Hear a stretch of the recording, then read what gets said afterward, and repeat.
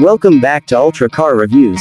Today, we're diving into something a little different, a bizarre piece of automotive history that most people have never heard of, and for good reason.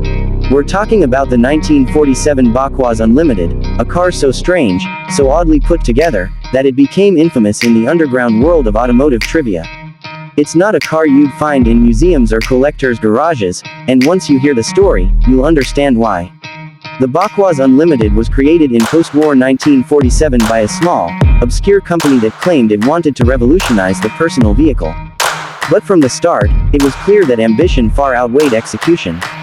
The name, Bakwaas, itself raised eyebrows. Loosely translated in Hindi, it means nonsense, or rubbish, and unfortunately, the car lived up to the name. Designed with a mismatched combination of parts from motorcycles, farm equipment, and surplus military gear, it looked like something out of a cartoon. Imagine the front end of a tractor, the body of a soapbox derby car, and wheels that looked like they belonged on a wheelbarrow.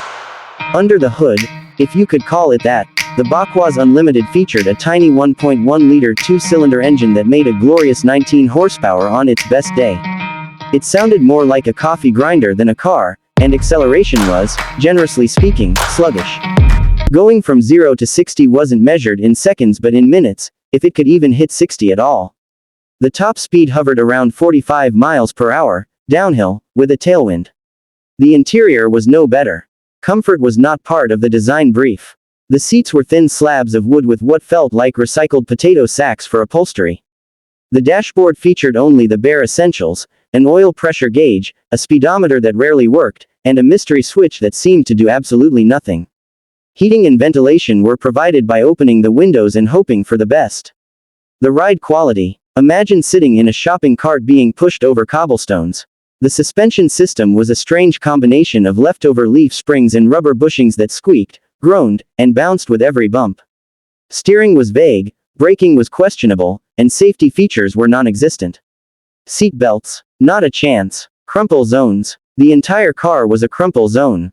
Despite all its flaws, or maybe because of them, the 1947 Bakwaas Unlimited gained a sort of cult following.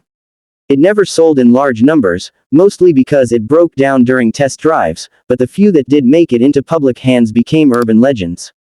It's said that one owner turned his Bakwaas into a chicken coop, another used it as a boat anchor, and at least one was buried in someone's backyard because it simply refused to move ever again.